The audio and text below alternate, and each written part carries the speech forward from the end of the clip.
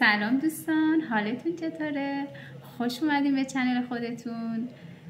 شبتون بخیر باشه. امشب میخوام یه شام ساده و راحت درست کنم. امیدوارم از این ویدیو خوشتون بیاد، لذت ببریم و تماشا کنید. بریم با هم دیگه درست کنیم.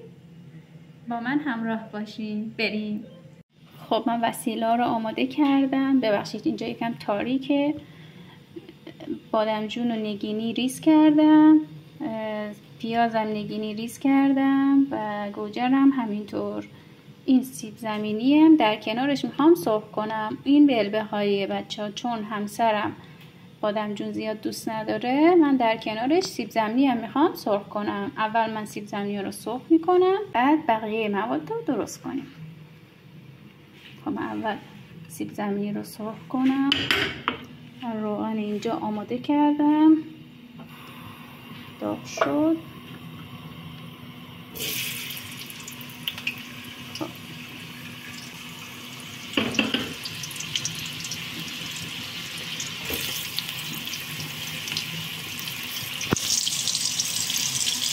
بچه اول به سیب زمینی نمک نریزین، چون نرم میشه سیب زمینیتون، دیگه ترد نمیشه. بعد از اینکه سرخ کردیم سیب زمینی رو نمک بزنیم.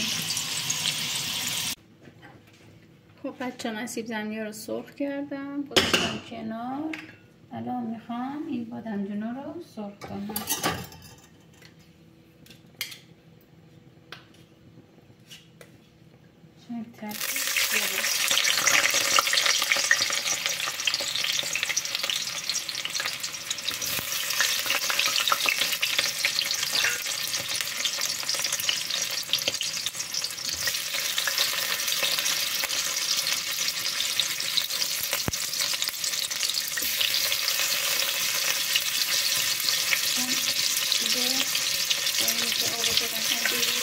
دیگه اصلا تلخ نمیشه بادمجون، اما اصلا تلخ هم نبود. این بادمجون هیچ تخم نداشت. من باز این کار میکنم. من آقلت بیاد این دستان بشونم بیاد. من سرخ میکنیم.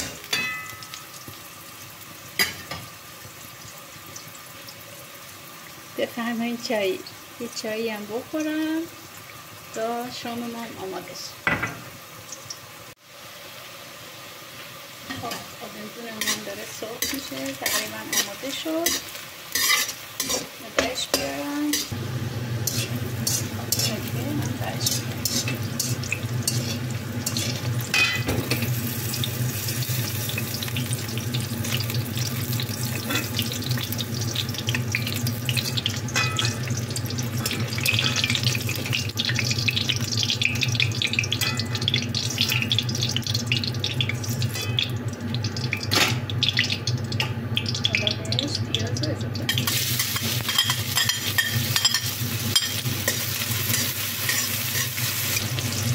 طلایی بشه، بعد گوجه رو بهش اضافه میکنم.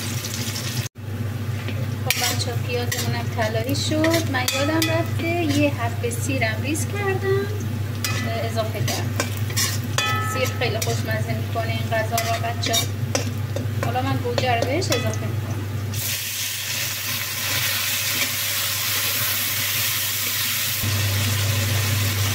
خب من این درشو میبندم، زیرش هم کم میکنم شعله رو تا بره قشنگ گوجه بپزه. باز برگردم. دیگه من انقدر حولم الان حول کردم کلا. ادویه هم بهش اضافه میکنم. ادویه کاریه تا همه چی توش داره و فلفل سیاه. یادم رفت همون موقعی که پیاز رو دادم باید حالا فرق نمیشه. تازه گوجه رو اضافه کردم. فلفل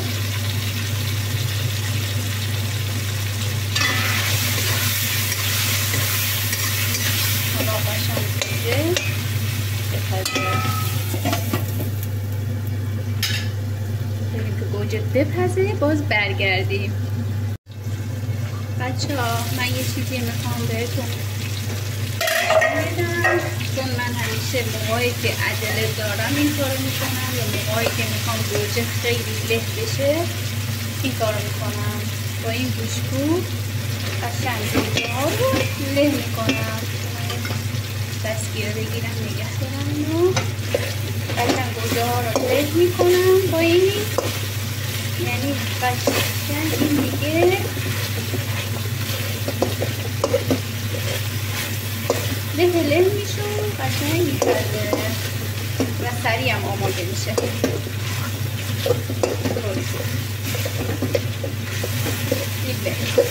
این بچه ها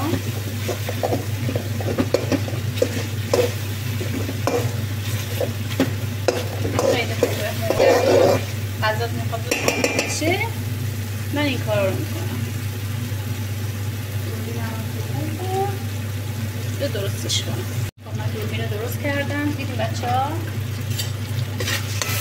این گوجه دیگه الان قشنگ خوب، یعنی که قشنگ الان دیگه بهش بادمجونا رو اضافه میکنم. بادمجان باز نگه میگه بادم. البته من یکم رهکن دارم، حالا بهتون میگم چرا. شما به بزرگی خودتون ببخشید اگر یک کلمه رو بد میگم یا اشتباه میگم، شما ببخشید متوجه شید. و میره دوباره برای قشنگ پختن. من زیرشو کم میکنم. یه 5 دقیقه دیگه هم اینجوری بپزه دوباره برمیگردم. غذامون آماده شد. بکشم بریم بکشم.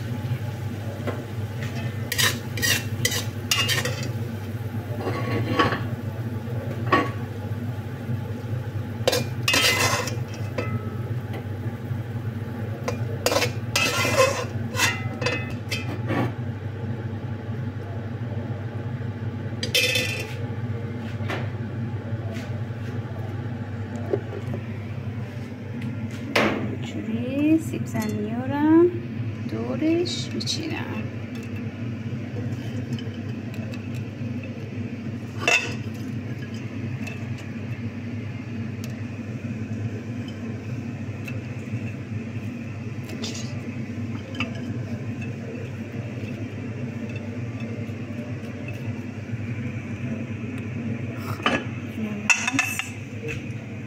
شدن یه شام راحت خوشمزه حتما درستش کنین. اینم یه سالاد که نه، کلم و خیار و ترب ریز کردم در کنارش، جاتون سبز.